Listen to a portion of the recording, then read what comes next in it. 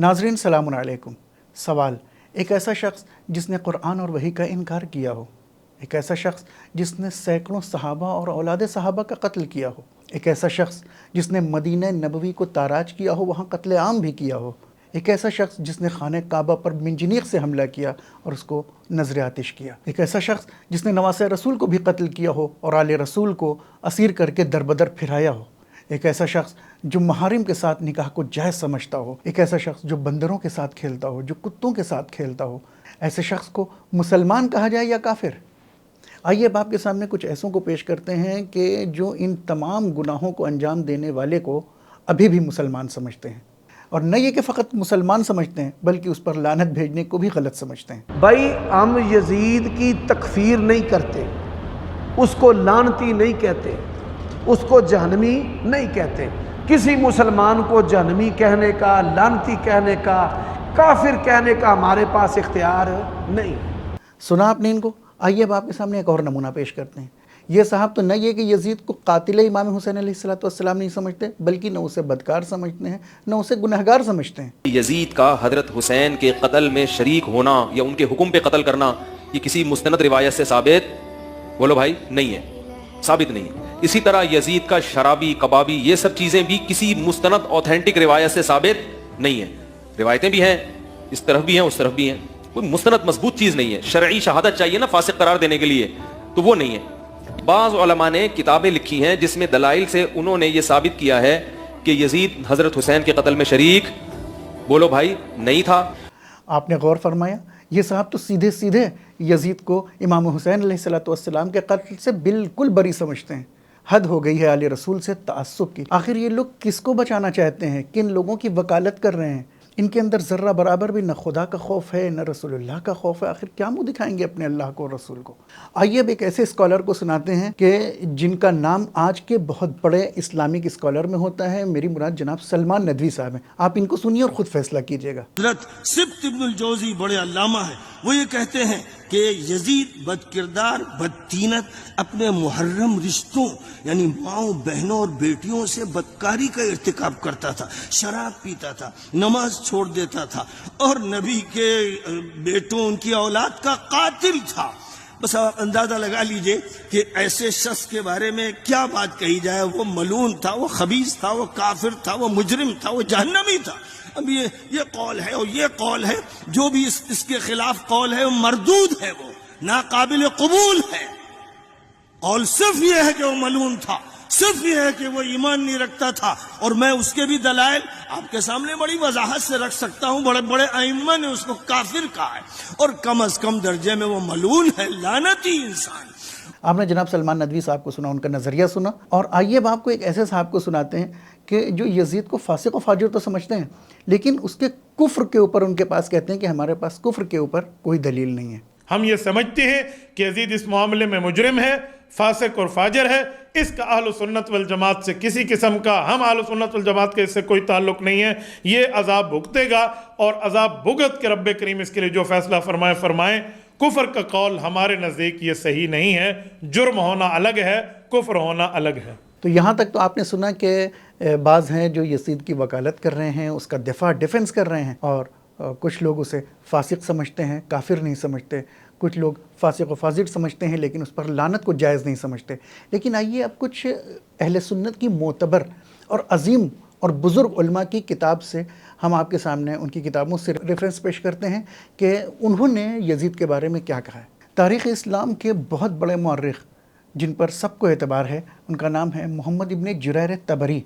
उन्होंने अपनी किताब में इस तरह से लिखा है कि मुआविया अपने आप को दीन से बालतर समझता था। उसने खुदा के बंदों को अपने कुत्ते और बंदरों से खेलने वाले और शराब पीने वाले बेटे की तरफ बुलाया, और ज़बरदस्ती, तशद्दुद, धमकियों, डराने धमकाने, खौफ और दहशत के ज़रिए मुसलमानों से बैयत हासिल की। जबकि वो उसकी शरारत और हिमाकत से वाकिफ़ था, उसने उसकी शराबी, बदकारी और बेहयाई पर काबू पाने में मदद भी की थी। जब यजीद बिन मुआविया इक़्तिदार में आया तो उसने खुदा और उसके रसूल से बगावत की और मुसलमानों से मुशरिकीन का बदला लेने का सोचा। हर्रा के वाक़े में उसने वो काम किया जो इस्लाम में न तो इससे ज़्यादा घिनौना था और न ही बुरा था, और उससे उसने अपनी रूह को शिफा बख्शी اور خیال کیا کہ اس نے خدا کے اولیاء سے انتقام لے لیا ہے، اور بلند آواز سے یہ اشعار پڑھ کر اپنے کفر اور شرک کا اعلان کیا۔ ان اشعار کی جو آخری بیت ہیں جس میں یزید کہتا ہے کہ لعبت ہاشم بالملک فلا جاء خبر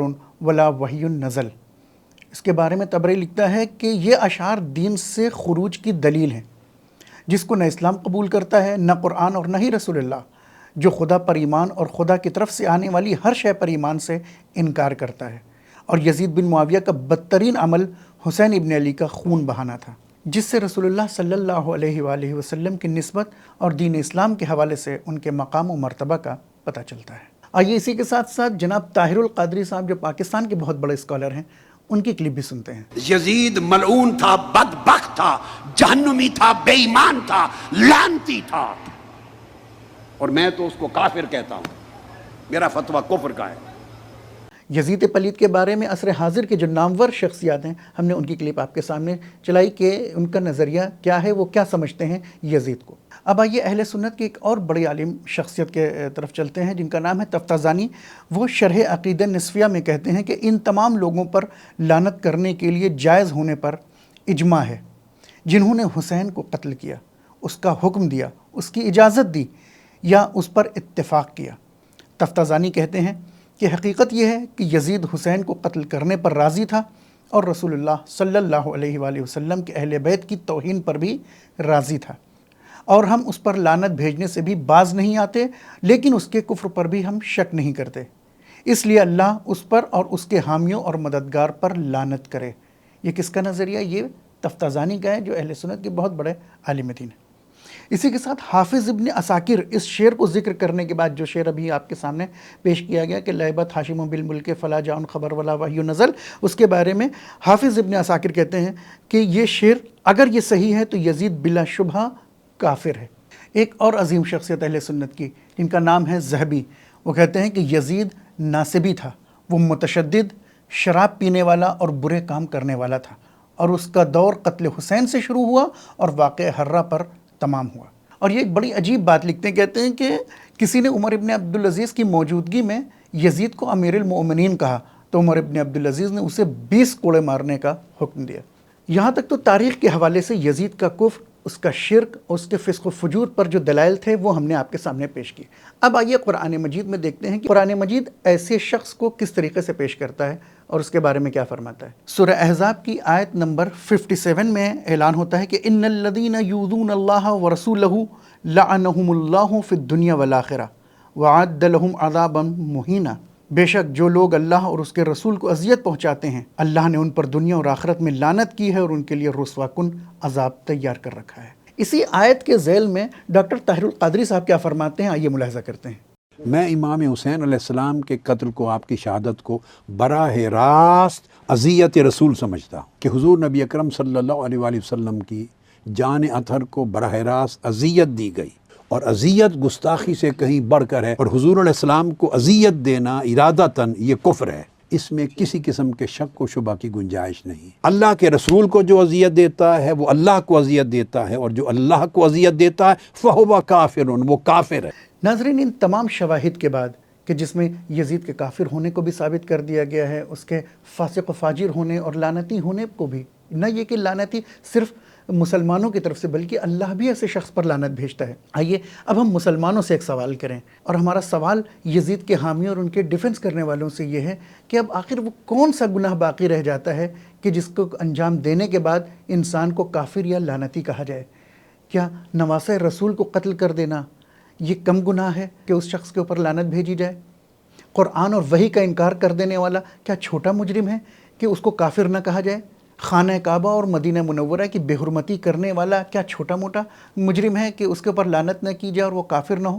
کیا ہزاروں صحابہ اور اولاد صحابہ کو قتل کرنے والا کوئی چھوٹا مجرم ہے کہ اس کو لعنت کا حقدار نہ سمجھا جائے؟ آخر اب کون سا گناہ بچا رہ جاتا ہے اس دنیا میں کہ اس کو جب انسان انجام دے تو جا کے کافر ہو اور لعنتی کہا جائے؟ آخر آج کے چند ضمیر فروش مسلمان کس کا دفاع کر رہے ہیں، اور اس دفاع کے پیچھے وہ کس کس کو बचाने की कोशिश कर रहे हैं। क्या ये जुर्म और ये गुनाह जो यजीद ने अंजाम दिया, अल्लाह इससे राज़ी है, रसूल इससे राज़ी हैं? इन तमाम गुफ्तगू का नतीजा यही निकलता है कि यजीद न ये कि फ़कत फासिक था, फाजिर था, बल्कि काफिर भी था, लानती भी था। और लानत सिर्फ मुसलमानों की नहीं बल्कि अल्लाह, उसके रसूल, उसके फ़रिश्तों की भी उसके ऊपर लानत है। हम अपने प्रोग्राम को ख़त्म करने से पहले आपको एक और वीडियो सुनाना चाहते हैं ताकि ये बात आपके लिए और वाज़ेह हो जाए कि ये सिर्फ शियों का मौक़िफ़ नहीं है बल्कि अहले सुन्नत के मोतबर अफराद भी यजीद को किस ज़ुमरे में रखते हैं। आइए इस वीडियो में मुलाहज़ा करते हैं। बड़े मासूम बन के कहते हैं कि भाई यजीद ऐसा था वैसा था। यजीद को किसने पाला था, किसने पोसा था, किस घर में शराब की खरीद फरोख्त होती थी, वो तफसील से मैं बड़े बड़े उलमा मुहद्दिसीन के अक़वाल में बयान कर चुका हूँ कि मुआविया के यहाँ शराब की खरीद फरोख्त होती, मुआविया के सूद जायज़ था, मुआविया के यहाँ रेशम के कपड़े पहने जाते थे, मुआविया के यहाँ सहाबा की गर्दनें काटी जाती थी, मुआविया के यहाँ हज़रत अली को गाली दी जाती थी, हज़रत फातिमा जो ख़वातीन जन्नत की सरदार है उनको गाली बकी जाती थी, हुसैन और हसन को कत्ल करवाया और धमकियां दी और उनको गालियों से नवाजा जाता था। वो घर था जहाँ ये होता था। और मैं बहुत तफसील से बता चुका हूँ कि जिस वक्त हज़रत हुसैन का सर और दीगर अफराद का सर यजीद के दरबार में लाया गया तो वो फ़ख्र के साथ यह अशार पढ़ रहा था कि काश के मेरे आबा अजदाद जिनको बद्र में काट के फेंका था अली ने, काश के वो आज होते और खुश होते कि मैंने मोहम्मद के ख़ानदान से बदला ले लिया है। सही सनदों के साथ ये रिवायतें मौजूद हैं जो मैं तफसील के साथ बयान कर। अब आप ख़ुद इंसाफ से बताइए, क्या इन तमाम चीज़ों के बाद अब भी यजीद को काफिर और लानती न कहा जाए? और यकीन मानिए कि यजीद अपने मंसूबे में कामयाब हो गया होता अगर इमाम हुसैन अलैहिस्सलाम अपने घर और खानवादे को, अपने अज़्ज़ा व अक़ारिब को, अपने चंद सहाबियों को लेकर मैदान करबला में ना आते। अगर इमाम हुसैन इतनी अजीम कुर्बानी न देते तो यकीनन आज जो इस्लाम हमारे सामने है वैसा इस्लाम न होता, बल्कि बनी उमैया का ऐसा इस्लाम होता कि जिसमें हर तरफ सफ़ाकियत होती, हर तरफ कत्ल गारत गरी होती। बल्कि आप तो मुलाहज़ा कर ही रहे होंगे कि आजकल बाज़ इलाक़ों में, बाज़ कंट्रीज़ में इस तरह से इस्लाम को पेश किया जा रहा है कि जिससे लगता है कि वाकई ये हकीकी इस्लाम नहीं है, ये माइनस अहले बैत इस्लाम है। कि अगर अहले बैत के साथ इस्लाम को हकीकी तौर पर पेश किया गया होता तो उसकी तस्वीर ही दूसरी होती। लिहाजा हमारी लाखों जानें कुर्बान हों हुसैन इब्न अली अलैहिस्सलाम पर, जिन्होंने अपनी जान का नजराना पेश किया और उसके बाद इस्लाम की हकीकत को पहचानवाया, हमको राह हिदायत से रोशनास कराया। यहीं पे हम अपने इस प्रोग्राम का इख्तिताम करते हैं। मिलते हैं इंशाअल्लाह अगले किसी दूसरे प्रोग्राम में। तब तक के लिए खुदा हाफिज़, फ़ी अमानिल्लाह।